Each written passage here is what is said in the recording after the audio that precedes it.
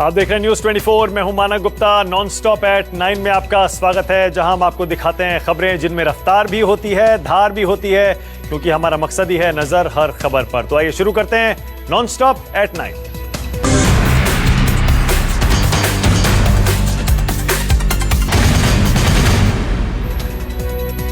बिहार में चुनाव की गहमा गहमी तेज हो गई है। कोरोना महामारी के चलते इस बार चुनाव कुछ अलग तरीके से होगा। चुनाव आयोग ने नई गाइडलाइन जारी कर दी है।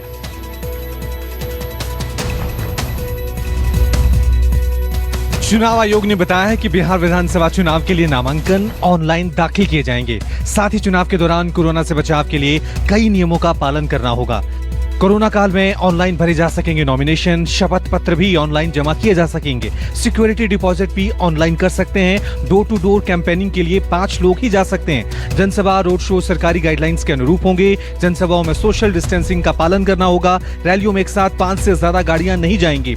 चुनाव प्रक्रिया में सोशल डिस्टेंसिंग के साथ नियम का पालन होगा। Face mask, sanitiser, thermal scanner का इस्तेमाल होगा। चुनावी प्रक्रिया में फेस शील्ड, पीपीई किट का भी इस्तेमाल होगा। उधर सीएम नीतीश कुमार ने सितंबर में चुनाव होने के संकेत दिए हैं। अरे आपको हम नहीं पूछ रहे मंत्री जी, आपको अक्टूबर में काम करने का मौका नहीं है, अगस्त तक है। सितंबर में कब घोषणा होगा चुनाव आयोग के इलेक्शन का, उसमें आपका नहीं, काम तो इन्हीं को करना है ना। अभी चुनाव आयोग ने तारीख का ऐलान नहीं किया है, लेकिन पार्टियां प्रचार के मोड में आ चुकी हैं। आरजेडी नेता और लालू यादव के बड़े बेटे तेज प्रताप यादव अपने ससुर चंद्रिका राय का नाम भी नहीं सुनना चाहते। मीडिया ने जैसे ही चंद्रिका राय का जिक्र किया, तेज प्रताप यादव भड़क उठे। बोले, कौन है चंद्रिका राय? लालू यादव के सामने उनकी औकात ही क्या है? राजद प्रमुख लालू यादव के समधी चंद्रिका राय गुरुवार को जदयू में शामिल हो गए। इस मौके पर उन्होंने नाम लिए बिना अपने दामाद तेज प्रताप यादव पर निशाना साधा था। शुक्रवार को तेज प्रताप ने इसका जवाब दिया। उन्होंने इस दौरान कई विवादित बयान दिए। तेज प्रताप ने कहा कि चंद्रिका राय की हैसियत नहीं है कि वो उनके सामने खड़े हो सके। उनका कोई हैसियत ही नहीं है, वो पार्टी कैसे खाली कर देंगे? उनका कोई हैसियत है, कोई वजूद है? जनता उनको थोड़े चाहता है, जनता तो लालू जी को चाहता है। जेडीयू के कितने विधायक हमारे संपर्क में हैं, ट्वीट करके हमारे पास आने वाले हैं। 4-5 दिन में हम आपको न्यूज देंगे। फिर तेवर तल्ख करते हुए तेज प्रताप ने कहा कि उनके संपर्क में भी जेडीयू के कई विधायक हैं। आने वाले दिनों में वो इसका खुलासा करेंगे। और तेज प्रताप ने यह भी कहा कि चंद्रिका राय को नहीं, लोग लालू को चाहते हैं। ऐसे लोगों के पार्टी से जाने से कोई नुकसान नहीं होगा। बता दें कि दिसंबर में बिहार में चुनाव हो सकते हैं और उससे पहले नेताओं का दल बदलने का सिलसिला जारी है। वहीं जेडीयू से निकलकर श्याम रजक आरजेडी में शामिल हो चुके हैं। ससुर और दामाद की लड़ाई अब घर से निकलकर सड़क पर आ चुकी है। लालू के लाल तेज प्रताप यादव ने अपने ससुर चंद्रिका राय पर हमला बोलते हुए कहा कि लालू प्रसाद यादव के सामने चंद्रिका राय की ना कोई हैसियत है, ना ही कोई औकात। कैमरामैन सनी के साथ सौरभ कुमार, पटना, न्यूज़ 24। पंजाब के मुख्यमंत्री कैप्टन अमरिंदर सिंह आज फिर फेसबुक के जरिए लोगों के सामने आए। इस मौके पर उन्होंने अपनी सरकार की उपलब्धियां गिनाई और कोरोना काल में अच्छा काम करने वाले कर्मचारियों की तारीफ की। मोहाली डिस्ट्रिक्ट का मैं खास करके बड़ा शुक्रगुजार है, उन्होंने बधाई देना है कि पूरे 9 ਜਿਹੜੇ ਜ਼ਿਲ੍ਹੇ ਨੇ ਹਿੰਦੁਸਤਾਨ ਦੇ ਵਿੱਚ ਜਿੱਥੇ ਇਹ ਪੂਰਾ ਹੋ ਚੁੱਕਿਆ ਹੈ, ਇਹ ਮੋਹਾਲੀ ਉਹਨਾਂ ਦੇ ਵਿੱਚੋਂ 9 ਵਿੱਚੋਂ ਇੱਕ ਹੈ, ਜਿੱਥੇ ਸਾਡਾ ਪੰਜਾਬ ਦਾ ਨੰਬਰ 1 ਔਰ ਹਿੰਦੁਸਤਾਨ ਦਾ 9 ਦੇ ਵਿੱਚੋਂ ਇੱਕ ਜਿਹੜਾ ਜ਼ਿਲ੍ਹਾ ਹੈ ਜਿਹਦੇ ਵਿੱਚ ਇਹ ਪਾਣੀ ਦਾ ਪ੍ਰਬੰਧ ਪੂਰਾ ਹੋ ਚੁੱਕਿਆ ਹੈ। तकरीबन 5 महीने से बंद दिल्ली मेट्रो सेवा शुरू होने वाली है। इसके लिए कवायद तेज हो गई है। सितंबर के पहले हफ्ते में दिल्ली में दौड़ सकती है मेट्रो। दिल्ली में मेट्रो से सफर करने वालों का इंतजार खत्म होने वाला है। डीएमआरसी अब धीरे धीरे चरणबद्ध तरीके से मेट्रो सेवा शुरू करने की तैयारी में है। जानकारी के मुताबिक अनलॉक 4 के पहले पखवाड़े यानी सितंबर के पहले सप्ताह में मेट्रो को शुरू करने की मंजूरी दी जा सकती है, लेकिन इसके लिए भी कुछ शर्तें होंगी। की लाइफलाइन कहे जाने वाली दिल्ली मेट्रो का 5 महीने से ज्यादा बंद पड़ा दरवाजा अब खुलने वाला है। जी हां, दिल्ली सरकार ने जो केंद्र सरकार को प्रस्ताव भेजा उसके मुताबिक आगामी सितंबर के पहले सप्ताह से दिल्ली में मेट्रो का आंशिक संचालन शुरू करने पर बातचीत चल रही है। मेट्रो सेवा शुरू करने को लेकर डीएमआरसी ने परिचालन से जुड़े एसओपी यानी स्टैंडर्ड ऑपरेटिंग प्रोसीजर तैयार कर लिए हैं। एसओपी के तहत यात्रियों को यात्रा करने से पहले कई शर्तों का पालन करना होगा, जिसमें यात्री के अंदर कोरोना के लक्षण नहीं होने चाहिए, सर्दी जुकाम बुखार न हो, हुआ तो उसे वापस लौटा दिया जाएगा। आरोग्य सेतु ऐप अनिवार्य होगा, केवल स्मार्ट कार्ड पर सफर कर सकेंगे। टोकन के सभी काउंटर और टिकट वेंडिंग मशीन बंद रहेंगे। सभी के लिए मास्क लगाना अनिवार्य होगा। दिल्ली सरकार ने केंद्र सरकार को मेट्रो चलाने को लेकर जो प्रस्ताव भेजा है, उसके मुताबिक मेट्रो परिचालन के शुरुआती एक सप्ताह में सिर्फ सरकारी कर्मचारियों को ही यात्रा करने का मौका दिया जाएगा। इसके एक सप्ताह बाद उसकी समीक्षा की जाएगी। अगर सब ठीक चल रहा हो तो उसे बाकी लोगों के लिए भी शुरू किया जाएगा। इसके अलावा कोच में 2 यात्रियों के बीच एक सीट खाली रहेगी। एक कोच में अधिकतम 50 लोग सफर कर सकेंगे। सोशल डिस्टेंसिंग के लिए मेट्रो ट्रेन स्टेशन पर पहले की तुलना में 30 सेकंड अधिक समय के लिए रुकेगी, ताकि यात्रियों को ट्रेन में चढ़ने और उतरने के लिए पर्याप्त समय मिले। कोच में सीमित संख्या में लोग चढ़ें उतरें, उसका ख्याल भी रखा जाएगा।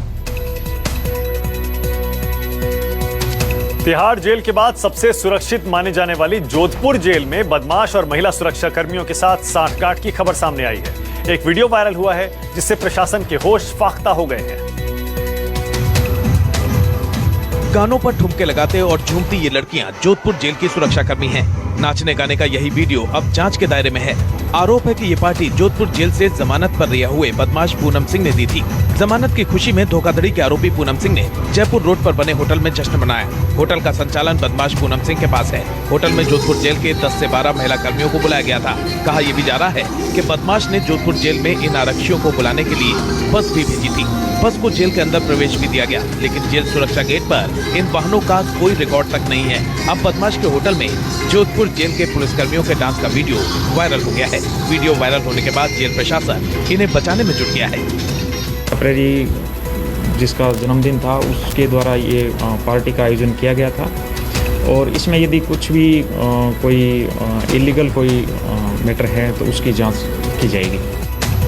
जोधपुर जेल में बंद कैदी और पुलिस वालों की मिलीभगत के कई बार आरोप लग चुके हैं। वीडियो की जांच की जा रही है। जेल अधीक्षक का दावा है कि अगर आरोप सही पाए गए तो महिला सुरक्षा कर्मियों के खिलाफ एक्शन लिया जाएगा। जेईई एग्जाम को लेकर सियासी घमासान शुरू हो गया है। कई नेताओं ने छात्रों की सुरक्षा को देखते हुए परीक्षा रद्द करने की मांग की है। सितंबर के पहले सप्ताह में आईआईटी जेईई की होने वाले एग्जाम को रद्द करने की मांग के बीच शिक्षा मंत्रालय ने साफ कर दिया कि परीक्षा निर्धारित तिथि पर ही होगी और पूरे एहतियात बरते जाएंगे। एलजेपी अध्यक्ष चिराग पासवान ने केंद्रीय शिक्षा मंत्री निशंक को लेटर लिखा। कोरोना महामारी के बीच जेईई और नीट टालने की अपील की। मौजूदा माहौल में जेईई नीट में आकांक्षी छात्र छात्राएं चिंतित हैं। सरकारी परिवहन सेवा जैसे बसें, इंटरसिटी ट्रेन नहीं चल रही हैं। मौजूदा माहौल में छात्रों को परीक्षा केंद्रों तक पहुंचने में दिक्कत होगी। परीक्षा में बैठने वाले गरीब बच्चे परिवहन सुविधा के अभाव में परेशान होंगे। बिहार जैसे राज्यों में समस्या और ज्यादा होगी क्योंकि 6 सितंबर तक लॉकडाउन है। बिहार के करीब 15 जिले भीषण बाढ़ की चपेट में भी हैं। बाढ़ प्रभावित जिलों के बच्चों का परीक्षा केंद्र जाना लगभग असंभव है। कई बच्चे कोरोना संक्रमित हैं, उनके लिए नियम की स्पष्टता नहीं है। कोरोना संक्रमित बच्चे अपने भविष्य को लेकर काफी चिंतित हैं। भारत में प्रतिदिन 60 से 65 हजार कोरोना केस सामने आ रहे हैं। परीक्षार्थियों के घर में मौजूद बुजुर्गों में संक्रमण की आशंका बढ़ जाएगी। कई राज्यों ने स्थानीय स्तर पर परीक्षाएं आयोजित कराई हैं, जिनमें एसओपी का पालन नहीं हो पाया। परीक्षाएं कराने से कोरोना के खिलाफ लड़ाई कमजोर हुई है और संक्रमण बढ़ा है। 1 से 6 जून के बीच जेईई की एग्जाम, वहीं 13 सितंबर को नीट की परीक्षा होनी है। इसको लेकर शिक्षा मंत्रालय ने साफ किया है कि परीक्षा रद्द करने का कोई विचार नहीं है। निर्धारित समय पर आयोजित इसे कराया जाएगा। एग्जाम कराने में सोशल डिस्टेंसिंग से लेकर सभी जरूरी मानकों का पालन किया जाएगा। गौरतलब है कि इससे पहले उच्चतम न्यायालय में एग्जाम रद्द करने के मामले की याचिका को डिसमिस कर दिया गया था। सितंबर की तारीख से पहले जुलाई और अप्रैल में एग्जाम रद्द किए जा चुके हैं। 3 तलाक पर बने कानून से भी लगता है कुछ लोगों के दिलों में डर पैदा नहीं हुआ है। ये जानते हुए भी एक साथ 3 तलाक देना अपराध है। एक शख्स ने व्हाट्सएप पर अपनी पत्नी को 3 तलाक दे दिया। इस महिला ने अब सीएम शिवराज सिंह से गुहार लगाई है। भोपाल में एक महिला की 19 साल की शादीशुदा जिंदगी महज एक व्हाट्सएप कॉल से 19 सेकंड में तबाह हो गई। हजारों किलोमीटर दूर बैठे पति ने पीड़िता को व्हाट्सएप कॉल कर तलाक दे दिया। फोन आया व्हाट्सएप, तो मैं तुमको बोल चुका, तुम्हें समझ में नहीं आ रहा है, तुम्हें घर से निकाल दिया, तुम्हें जिंदगी से निकाल दिया है। और मैं ये बोल रही हूँ कि 19 साल की शादी ऐसे कैसे कर सकते, मेरे 2 छोटे बच्चे। अपनी दर्द भरी कहानी सुनाती 40 साल की यह महिला सामान्य गरीब तबके से नहीं बल्कि हाई एजुकेटेड और एनआरआई भी है। जिसे पति ने इसलिए तलाक दे दिया क्योंकि वो 20 साल बाद भी पति की दहेज की मांग पूरी नहीं कर पाई। बेंगलोर में रहने वाली महिला का पति फैज आलम एक होटल में मैनेजर हैं। वो भी NRI हैं। महिला के 13 और 5 साल के 2 बच्चे हैं जो पति के साथ बेंगलुरु में है। महिला का आरोप है कि पति ने उसे घर से निकाल दिया और 31 जुलाई को भाई के मोबाइल पर व्हाट्सएप कॉल कर तलाक दे दिया। व्हाट्सएप कॉल के जरिए ट्रिपल तलाक का ये मामला इसलिए सुर्खियों में है क्योंकि मुस्लिम महिला अध्यादेश 2019 की धारा 3 के तहत तलाक को शून्य माना जाता है और वही धारा 4 के तहत इसमें 3 साल तक की सजा हो सकती है। बावजूद इसके फैज आलम ने 3 तलाक दे दिया। हालांकि इस मामले के सामने आने के बाद मध्य प्रदेश के मुख्यमंत्री शिवराज सिंह चौहान सामने आए, ट्वीट कर तलाक पीड़िता को विश्वास दिलाया कि मध्य प्रदेश सरकार पीड़ित महिला को न्याय जरूर दिलाएगी। व्हाट्सएप के जरिए 3 तलाक का मामला सामने आने के बाद मध्य प्रदेश की पुलिस भी हरकत में आई और तलाक पीड़िता की अर्जी पर मामला दर्ज कर लिया। सरकार ने नया कानून बनाया है, मुस्लिम महिलाओं के विवाह अधिकार का संरक्षण अधिनियम 2019। इसके प्रावधानों के तहत ये अपराध की कहीनी की है। मध्य प्रदेश पुलिस अब बेंगलुरु पुलिस से जानकारी लेकर आरोपी पति की गिरफ्तारी के लिए बेंगलुरु भी जाएगी। पहाड़ों पर हो रही बारिश उत्तराखंड में तबाही का सबब बन गई है। पानी की प्रचंड धार में गाड़ियां भी बह रही हैं। रामनगर से आई सैलाब की तस्वीरें खौफ पैदा करती हैं। तस्वीर उत्तराखंड के रामनगर की है, जहां लहरों में सफेद रंग की कार फंस गई। धीरे धीरे पानी इस कार को बहा ले गई। उत्तराखंड में कुछ दिनों से मूसलाधार बारिश हो रही है। बारिश और बाढ़ से लोग त्राही त्राही कर रहे हैं। पहाड़ों पर कहीं लैंडस्लाइड हो रही है तो स्थानीय नदियां उफान पर है। इसी उफान और धार की शिकार बन गई ये कार। बताया जा रहा है कि इस सफेद रंग की कार से पति पत्नी बच्चे अल्मोड़ा से वापस लौट रहे थे। कार सवार लोग जैसे ही रास्ता पार कर रहे थे, नाले में उफान आ गया। ऐसा उफान कि जान आफत में आ गई। शोर शराबा सुनकर स्थानीय लोगों ने कार से परिवार और बच्चों को बाहर निकाला।